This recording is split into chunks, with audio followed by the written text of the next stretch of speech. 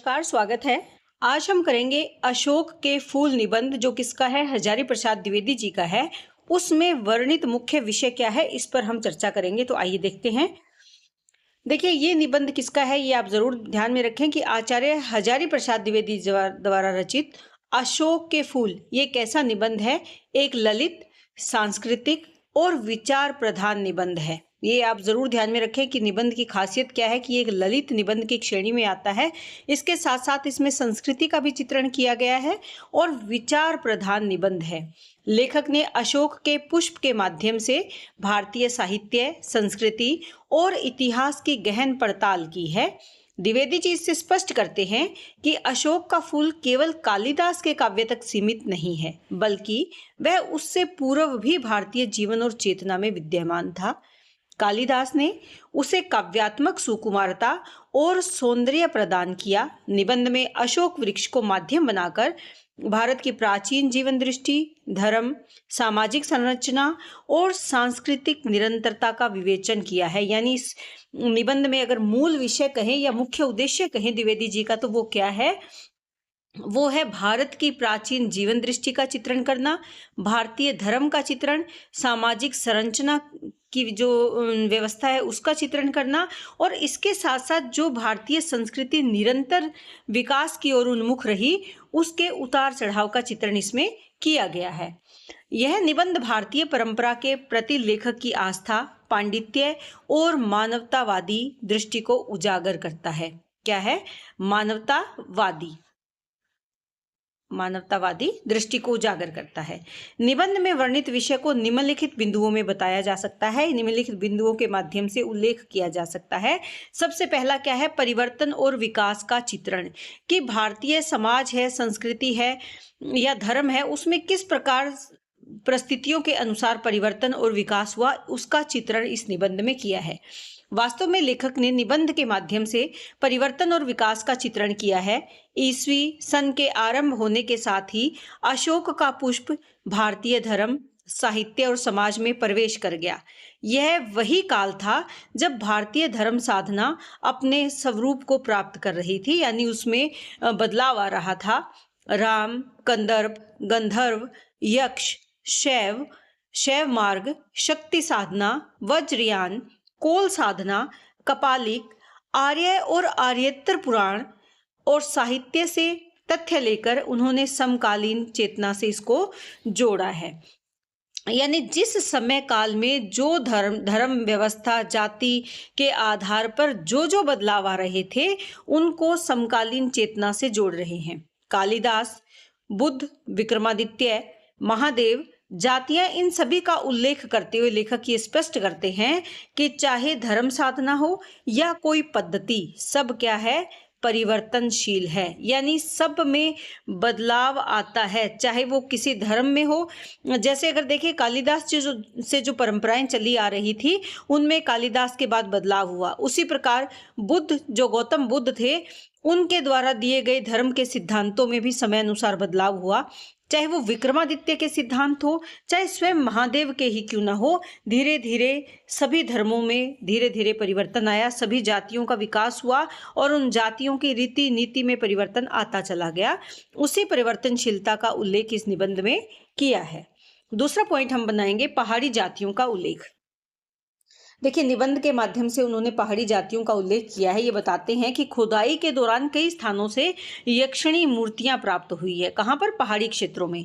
भरहूत, सांचो के मथुरा से जो यक्षिणी मूर्तियां प्राप्त हुई है, इन मूर्तियों का गठन और बनावट इस तरह का है कि इन्हें देखकर ये ज्ञात होता है कि ये जातियां पहाड़ी थी। यानी उनका कद काठी, उनकी जो गठन है, उनके शारीरिक गठन है या जो बनावट है, उससे ही पता चलता है कि पहाड़ी जातियां थी। हिमालय का प्रदेश अत्यंत सुंदर था, अतः यह हिमालय की गंधर्व और अप्सराओं की निवास भूमि है। ऐसा प्रतीत होता है कि इन पहाड़ी जातियों का समाज उच्च स्तर का था, जिसे आजकल के विद्वान क्या कहते हैं? पूनालुअन सोसाइटी जिसको कहते हैं। तो इस प्रकार की व्यवस्था उस समय काल में भी थी। इसका उल्लेख इस निबंध में किया गया है। आर्य और अनार्य की चर्चा। इस निबंध में द्विवेदी जी ये मानते हैं कि आर्य लोग यहाँ के मूल निवासी नहीं थे, वे बाहर से आए थे।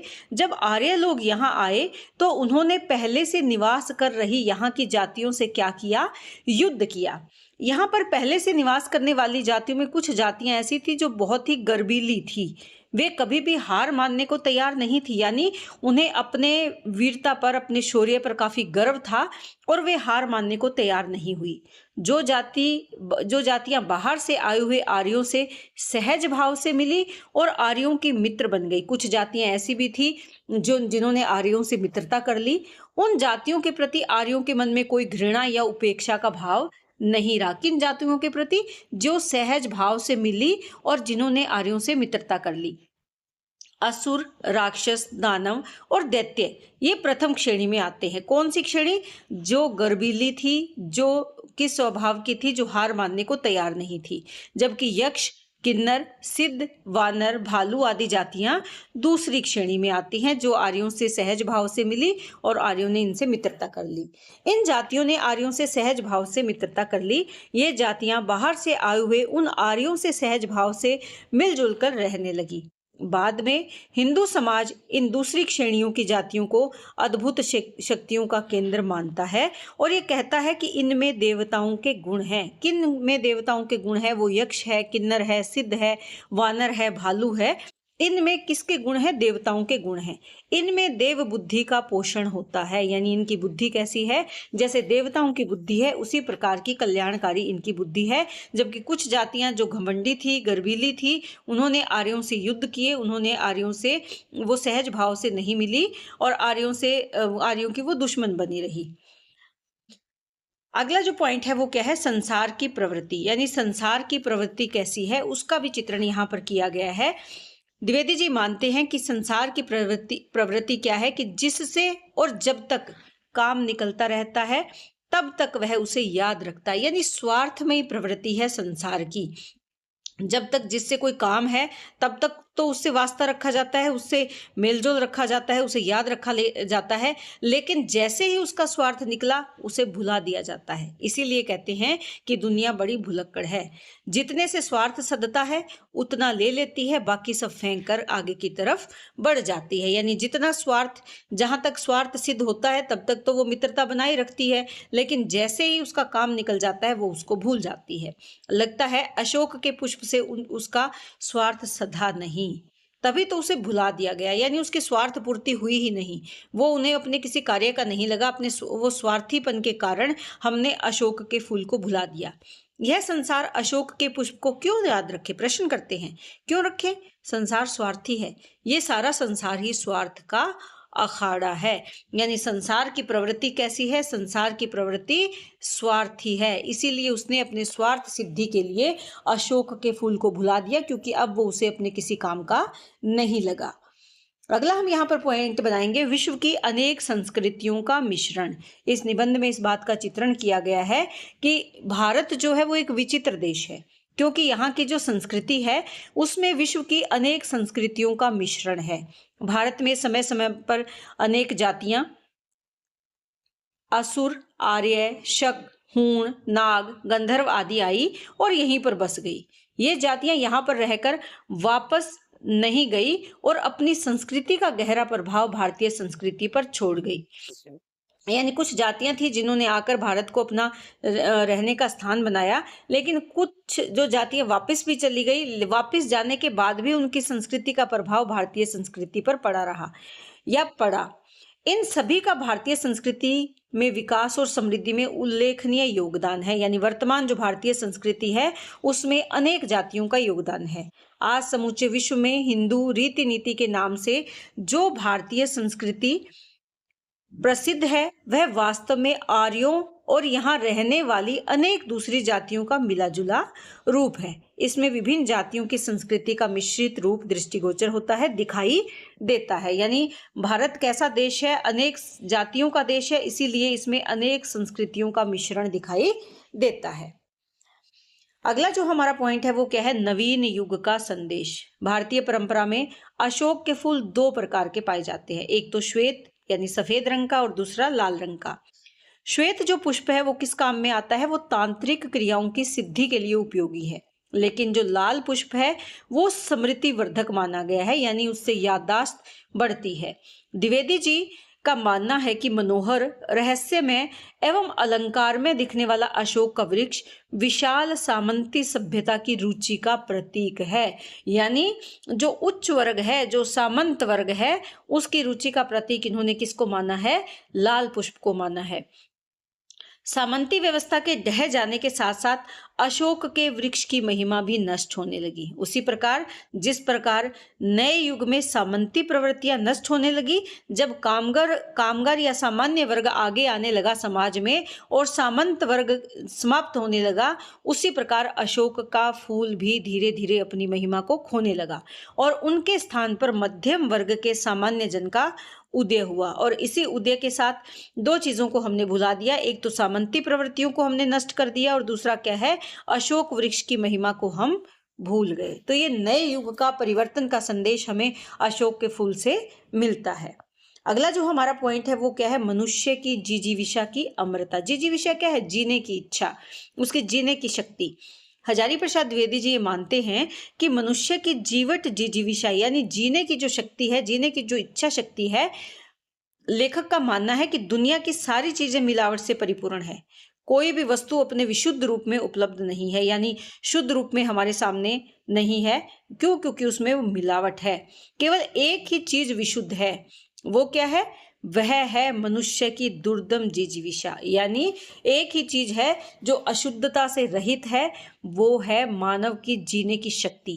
वह गंगा की अबाधित अनाहत धारा के समान सब कुछ हजम करने के बाद भी पवित्र है। यानी कितनी ही कुरूपताएं हमारे समाज में है, मानव जीवन में है, लेकिन उसके बाद भी उसके जीने की इच्छा जो है वो पवित्रता से परिपूर्ण है। मानव जाति की दुर्दम निर्मम धारा के हजारों वर्षों का रूप देखने से स्पष्ट हो जाता है कि मनुष्य की जीवन शक्ति बड़ी ही निर्मम है। वह सभ्यता और संस्कृति के वृथा मोह को, वृथा यानी बेकार के मोह को त्याग कर रोंदती चली आ रही है। यानी जहां पर उसे सभ्यता को रोंदने की आवश्यकता पड़ी, संस्कृति में बदलाव करने की आवश्यकता पड़ी, उसने किया। किसने? मानव जाति ने। न जाने कितने ही धर्माचारों, विश्वासों, उत्सवों और व्रतों को धोती बहाती हुई यह जीवन धारा आगे बढ़ी है। यानी अपने जीवन में मानव ने कितने ही धार्मिक जो कर्मकांड है उनका त्याग किया है, कितने ही जो विश्वास है उनमें बदलाव किया है, कितने ही उत्सव, व्रत और पर्वों में बदलाव किया है, और बदलाव करते हुए मानव की जो जीवन धारा है वो इसी प्रकार आगे बढ़ती चली है। ये किसके कारण है? मानव की जीने की इच्छा के कारण। अगला हम पॉइंट बनाएंगे सभ्यता और संस्कृति की परिवर्तनशीलता। लेखक ये मानते हैं कि जिस संस्कृति को हम बहुमूल्य मान रहे हैं वह हमेशा ऐसी ही नहीं बनी रहेगी। अगर हम अपने भूतकाल को देखें तो हमारी जो सभ्यता और संस्कृति है वो अनेक बदलाव को सहते हुए, अपने में सम्माहित करते हुए वर्तमान समय तक पहुंची है। संसार का ये नियम रहा है कि समय के साथ साथ सब कुछ बदलता रहता है। आज जो वस्तु अथवा परंपरा है वह कल अवश्य ही बदल जाएगी, परिवर्तित हो जाएगी, तब तक वह भिन्न रूप में हमारे सामने उपस्थित होगी। जैसे समय बदलेगा उसका रूप बदल जाएगा। यही बात किस पर लागू होती है? यही बात हमारी संस्कृति पर भी लागू होती है। किसी समय सम्राट और सामंतों ने जिस संस्कृति को जन्म दिया वह मनमोहक और व्यक्ति को अपनी ओर आकर्षित कर देने वाली थी, यानी वो मानव को अपनी ओर आकर्षित करती थी। लेकिन समय के साथ साथ एक दिन वह समाप्त हो गई। यानी उसमें देखिए, कोई युग था जब राजा महाराजा का समय था, राजाओं की बहुत विशाल उनके राज्य हुआ करते थे, लेकिन वो सब बदल गए। उसके बाद सामंती व्यवस्था आई, सामंती व्यवस्था में भी परिवर्तन हुआ।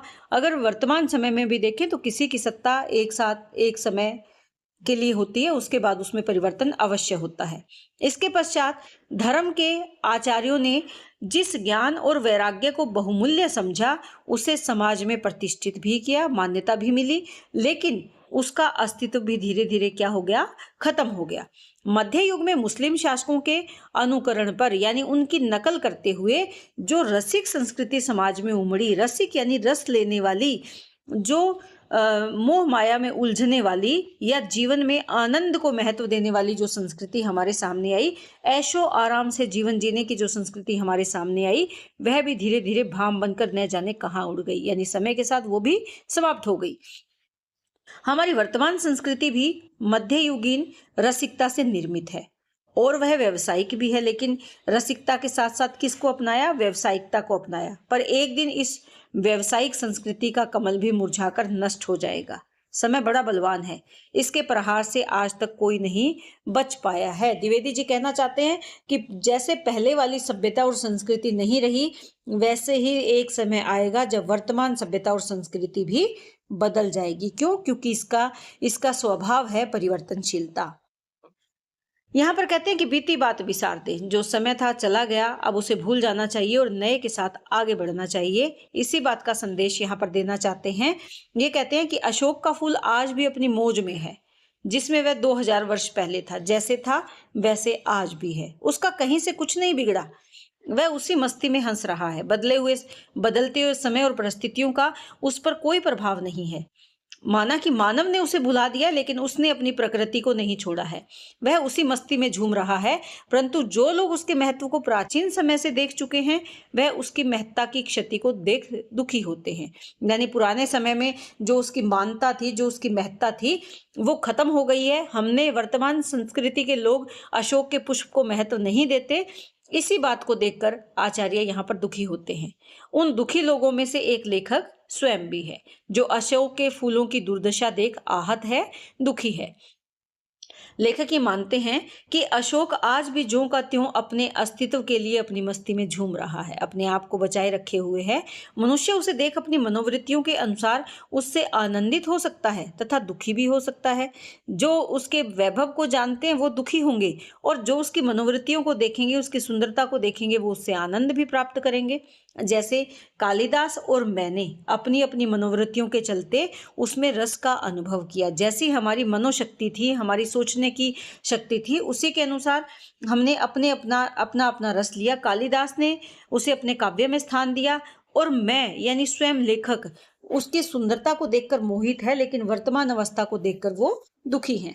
समय बदलता है और हमें उसके अनुसार अपने मनोभावों को संचालित करते रहना चाहिए। लेखक इस बात को स्वीकार करते हैं कि बीती बात विसार दे, समय बदल जाता है और उसी के अनुसार अपने मनोभावों को हमें संचालित करना चाहिए, यानी समय के साथ हमें आगे बढ़ना चाहिए, न कि उस परिवर्तन को देखकर दुखी होना चाहिए। यानी बदलते हुए समय को देखकर, बदली हुई परिस्थितियों को देखकर हमें दुखी नहीं होना चाहिए। बीती बातों को विसार कर आगे बढ़ जाना ही जीवन का नियम है। अंत में निष्कर्ष रूप से हम कह सकते हैं कि अशोक के फूल निबंध का जो वैशिष्ट्य है वो बहुआयामी है, यानी इसकी विशेषता बहुआयामी है। अनेक पक्षों को उन्होंने इसमें शामिल किया है। अशोक के फूल के माध्यम से भारतीय सभ्यता के गौरवमयी अतीत, ये इसकी खास बातें आपको ध्यान में रखनी है कि किसका चित्रण किया है। भारतीय सभ्यता के गौरवमयी अतीत, सांस्कृतिक उत्थान पतन, सामाजिक संरचनाओं और मानव की दुर्दम जीवनी शक्ति का गहन चित्रण हुआ है।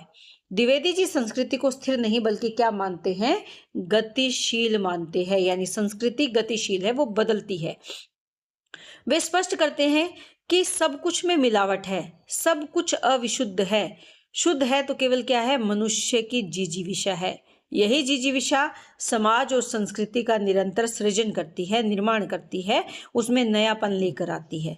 अतः अशोक के फूल केवल एक ललित निबंध नहीं है, बल्कि भारतीय इतिहास और संस्कृति का संवेदनशील व्याख्या है। इसमें लेखक की पांडित्य, मानवतावादी दृष्टि और सांस्कृतिक आस्था का सुंदर समन्वय हमें देखने को मिलता है। तो उम्मीद करती हूँ कि प्रश्न आपको बहुत अच्छे से समझ में आया होगा। इसी तरह चैनल से जुड़े रहें और कमेंट करके मुझे ज़रूर बताएं कि आपको समझ में आ रहा है या नहीं। बहुत बहुत धन्यवाद।